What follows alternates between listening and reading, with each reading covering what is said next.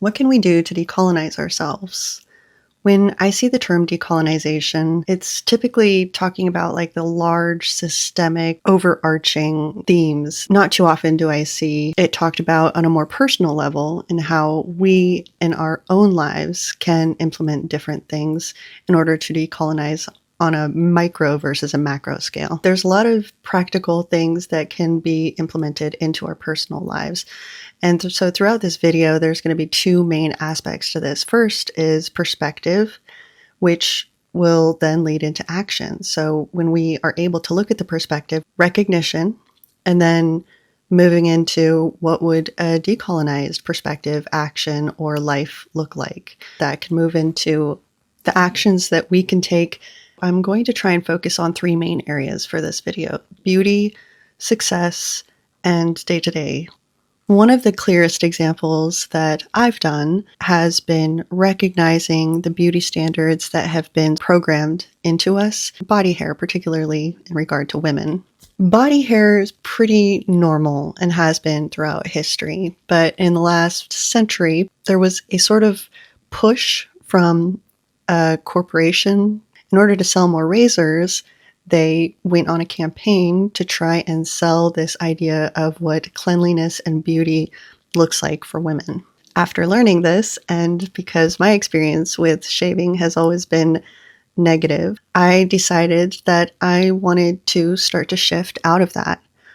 It was influenced by a couple of things. One, I was starting to see people around me, amazing, beautiful, audacious women that I would see just totally rocking body hair. And I aspired to be that comfortable with myself. So I had this really lucky situation of first being exposed to seeing it in other women, and then being exposed to situations where it felt safe to have body hair. And now, currently, I am on my journey to being very comfortable with that in regular scenes where maybe it's not as safe. Now, I still shave occasionally, whether it's because I'm going to a place where I would feel really uncomfortable, or it's just convenient and comfortable occasionally to have a clean slate. We can talk about all kinds of areas where these quote-unquote standards exist when it comes to body size, the kind of makeup we wear. This isn't always going to feel great. So in taking baby steps and slowly working ourselves to being comfortable with expressing our true selves really is the key. Another example, what is our idea of success? Some people are very vocal that their idea of having a huge house and this prestigious job really isn't what they're going for. They want the in the woods, off the grid kind of lifestyle.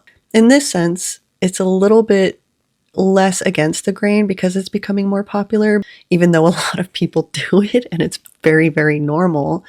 That being the lifestyle that one aspires to, I think initially was jarring to a lot of people.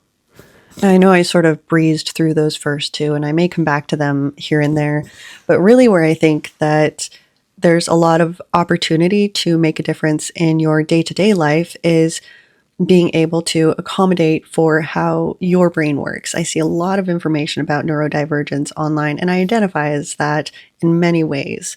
So the things that I've been able to do may seem very small, but they're very meaningful to me, and they make a big difference in not fighting with my own brain.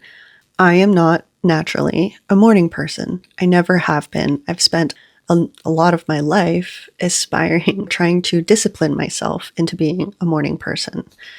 Now, I recognize that I have a lot of privilege in the work that I do in being able to have a flexible schedule.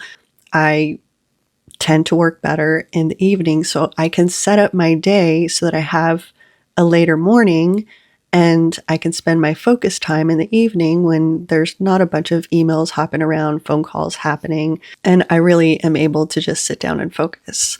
Another thing that I recognize that is helpful to me is having things that are very, very convenient and within reach. For example, I have a garbage right next to me, which isn't unusual, but I didn't for a while. And so garbage piled up on my desk. I also have my vitamins handy nearby, right in my drawer. So I remember to take my vitamins. Taking my vitamins has been a struggle for me for a very long time. And I really want to be someone who is consistent about it, especially because I've recognized that there are some vitamins and supplements that really positively impact my brain fog, my energy, and my ability to not be depressed. There are cycles that we as humans work under and can sort of try and adapt our lives to in order to better suit what we're biologically going through. So for men, have a 24-hour hormonal cycle. Women have a 28-day hormonal cycle. We also have the seasons in the weather where obviously in the summertime, there's just a certain energy that we have that it really isn't the same as wintertime. So being able to adjust whether it's your personal life or your work life, to try and optimize what works best for you during those seasons, and recognizing that the changing of the seasons does impact us, and being able to give ourselves some compassion and room to breathe and rest, transition into the new season. If you have children and school is starting, that's a whole shift in your daily routine that's happening. Being gentle with ourselves and being able to understand that maybe during this time we can try and let go of other responsibilities in order to give ourselves more time to really focus on that transition is one thing that we can do to, in a sense, decolonize our own lives. We can start to pull back our participation in the hustle and grind culture.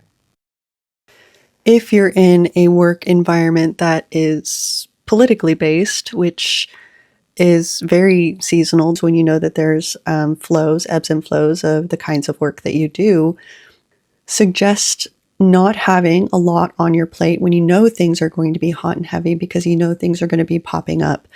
When things are slowing down, that might be a good time to invest in team building, self-development, looking at the seasonal cycles, hormonal cycles, sleep cycles, and the cycles that maybe ebb and flow within the industry that you work in can be helpful.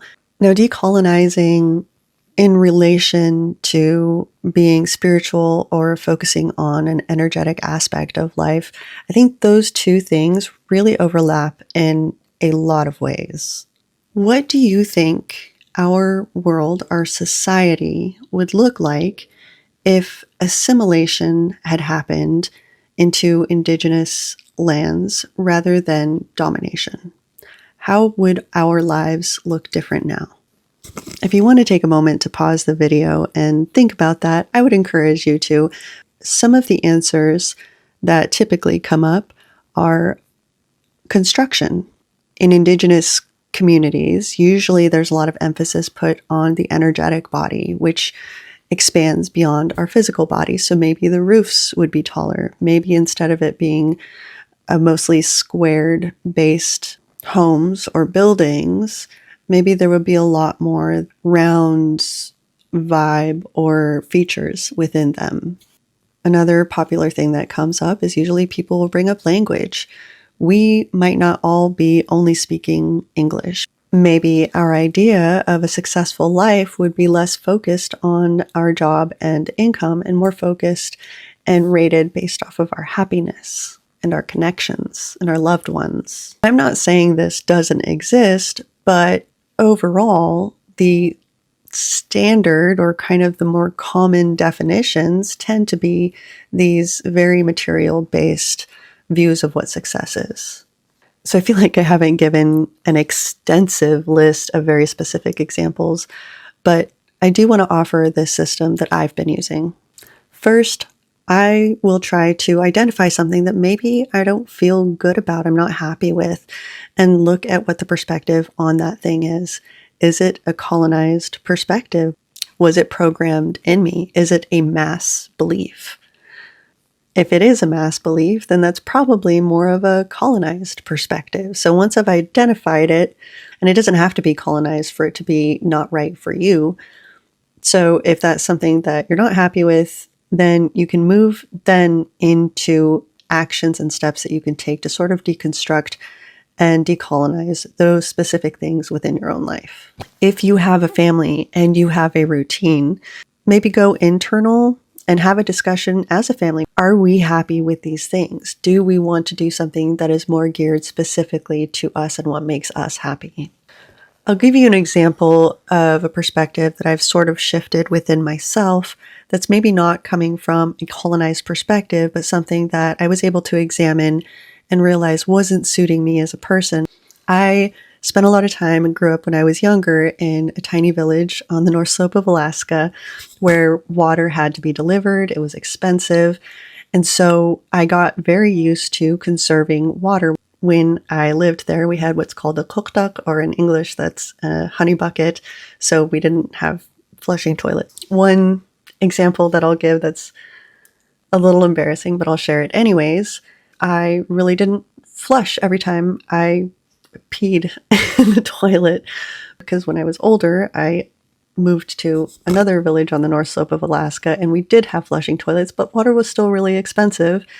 And so that was kind of the norm within the family. And at home, I still do that. I don't know why I'm so embarrassed to talk about that. It's fine. I do that. I like to conserve water and I'm not going to apologize about it. But really letting go of some of the anxiety and the self-imposed pressure to minimize the amount of water that I use to a very high degree. In that sense, I'm not decolonizing a colonized perspective, but I do still consider it decolonizing because I am able to figure out what is serving me on a personal level, on a family level, and really try to release the things that have been programmed and instilled into me that aren't serving me. Hopefully, I have conveyed the systems that I use to try and deconstruct these programs and given enough examples that others can really personalize it to yourself, your family, your community. I also want to make a video at some point about decolonizing through an Indigenous lens, because there's a lot of things out there like blood memory, sage, meditation. I don't know if you would call that Indigenous specifically, but these things that are considered old traditional knowledge that have been held and passed down since time immemorial that science is starting to catch up on now. And it's so interesting. It just is a whole different category than what I was trying to cover in this video. Sending so much love to you. I hope that you're able to be happy and build a life that's good for you.